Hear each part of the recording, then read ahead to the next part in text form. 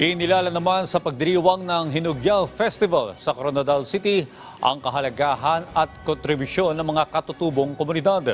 Si Danny Dugiles ng PIA SOC Sergeant sa sentro ng balita.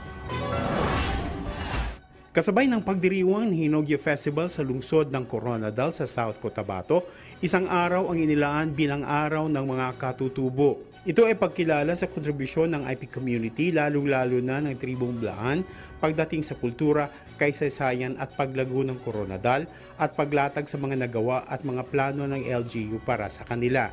Mahalaga po ang IP community para sa development. Una,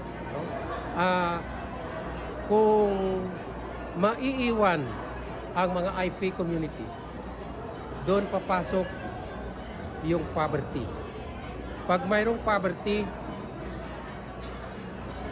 lack of education, yung baba ang economic, then problema natin sa peace and order.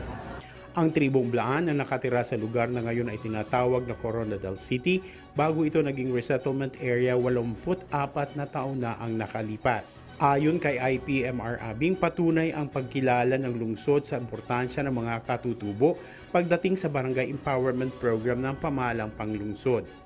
Una doon, para mas maabot ang development doon sa pinaka-remote na mga area at kasama ron ang mga indigenous people sa nasabing development.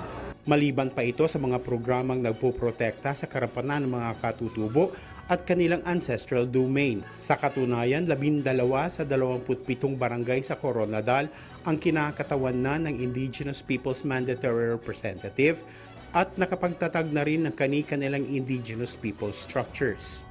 Tututukan din ngayong taon ang pagsulong sa Certificate of Ancestral Domain at Ancestral Domain Sustainable Development and Protection Plan sa Kalondatal, pagpapalakas sa Indigenous People Structure, pagkakaroon ng IP Cemetery, pagtalaga ng relocation site sa mga katutubong apektado ng kalamidad, at patuloy na pagpapalago sa kabuhayan ng mga IP.